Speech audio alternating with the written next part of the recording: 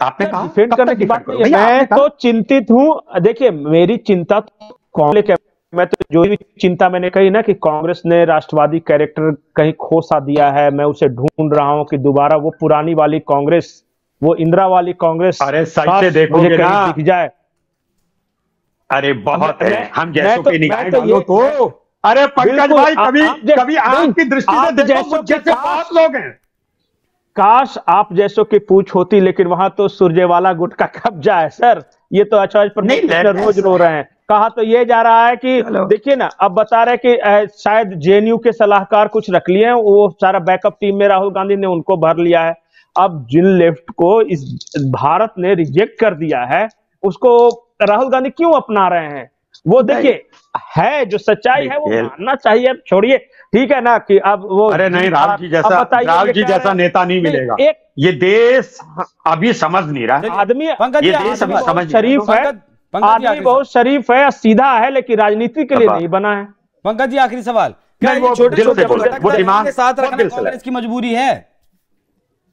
देखिए मैं आपको ईमानदारी से एनालाइज करता हूं। आगे अगर डिबेट में बैठूंगा तो इस सवाल का जवाब आज ना देके बाद के लिए छोड़ देता हूं। मेरे लिए, मेरी पार्टी के लिए मेरा देश जरूरी है, मेरे लिए मेरे देश की तरक्की जरूरी है, मेरे लिए किसी की जरूरत नहीं है। अगर जरूरत है तो मेरा देश आगे बढ़े, ये मेरी मजबूरी है, ईमानदार पार्टी क्या मजबूरी है। ईमानदार एनालिसिस बता देता हूं अभिषेक, ईमानदार एनालिसिस। देखिए क्या हुआ ना कि विधानसभा जब चुनाव 5 राज्यों में हो रहे थे ना, तो कांग्रेस को लग रहा था कि इन 5 राज्यों में, मैं मिजोरम को छोड़ दें, कि उसकी ग्राउंड मजबूत है।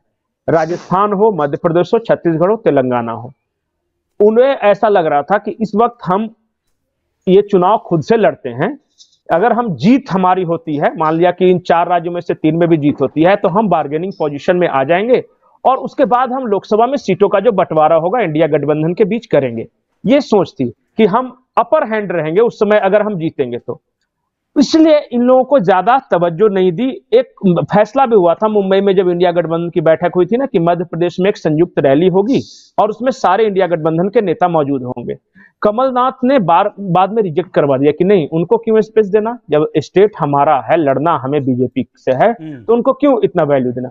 तो इनकी रणनीति ये थी कि अगर हम विधानसभा चुनाव जीत गए, जो कि आंकड़े में लग रहा था कि मध्य प्रदेश में कमलनाथ जीत जाएगा, छत्तीसगढ़ में तो कहा जा रहा था क्लीन स्वीप है, भूपेश बघेल का टक्कर में नहीं है, तेलंगाना में भी उनको अच्छा दिख रहा था, राजस्थान में भी कांटे की टक्कर। तो इनको लगा कि अगर हम 4 में से 3 भी जीत जाते हैं ना, तो हम मजबूत रहेंगे, फिर हम सीट को लेकर बार्गेन करेंगे। पर हुआ नहीं।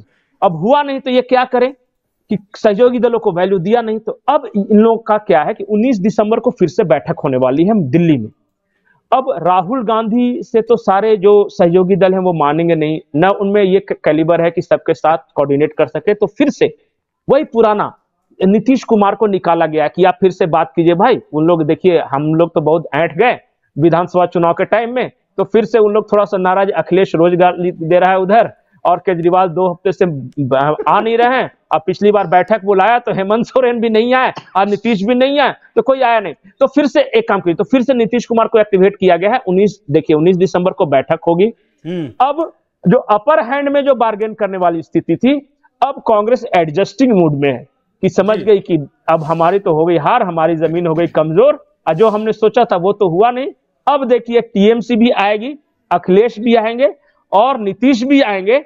और मुझे जहां तक जानकारी है कि नीतीश को शायद संयोजक बनाया जा सकता है इस बार।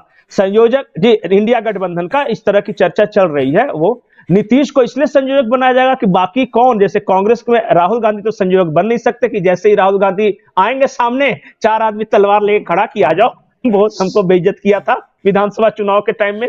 तो अब बेचारे नीतीश को किया गया है। देखिए मजबूरी राजनीति में हमें समझना है और एडजस्टिंग समझना है। आज की तारीख में अब मुख्य लड़ाई इनकी भारतीय जनता पार्टी के साथ है।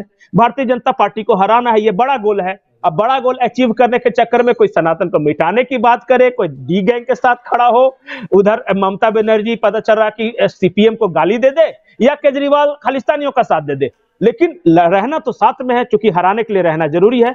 वस्तु स्थिति यही है। देखिए गठबंधन भी होगा, सीट शेयरिंग भी कुछ हद तक हो जाएगी, थोड़ा बहुत विवाद चलते रहे, पहुंच जाएंगे इन लोग लड़खड़ाते हुए किसी तरह लोकसभा चुनाव तक।